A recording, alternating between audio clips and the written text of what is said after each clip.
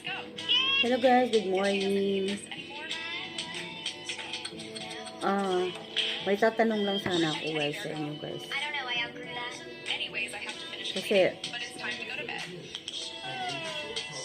di ba, siyempre ano na, ma-edad na ako. Namamaga kasi yung lipo ko.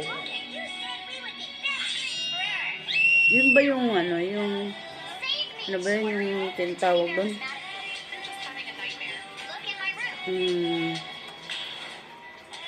Kalimutan ko na. Yung parang may tumutubo sa aking ngipin. Ano ba tawag doon? Yung pinakahuling tutubo ng ngipin. Hindi ako makakain ng maayos. Pagkakain ako dito lang sa gitna tuloy.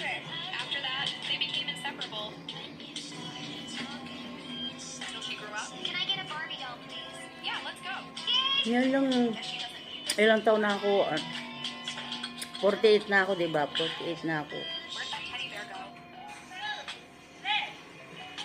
Ngayon lang ako tutubuan nun. Ano ba kasi tawag doon? Nalimutan ko yung tawag nun. Nasa dulo ng dila ko, di ko pa mabanggit.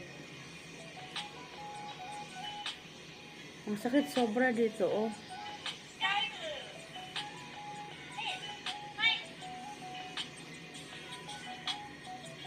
Kaedis naman, kung kailan ako nagkaedad na, saka naman ako tubuan ng ngipin dito sa, yung pinakadulo na.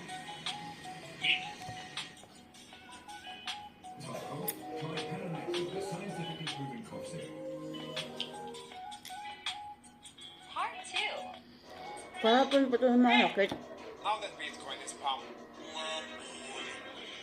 tapos, sinalamin ko siya, tinanong ko sa salamin. Magang dito ko, oh.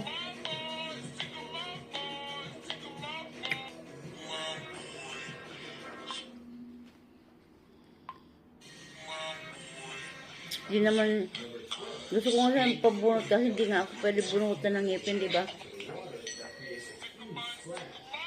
Kasi pag binunutan akong ngipin, natural na inom ko ng antibiotic.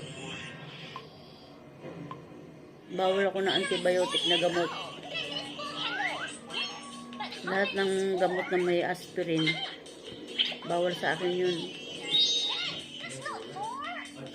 Kaya dapat nakapagpapustiso na ako, kaso di nga daw ako pwede bunutan ng ngipin.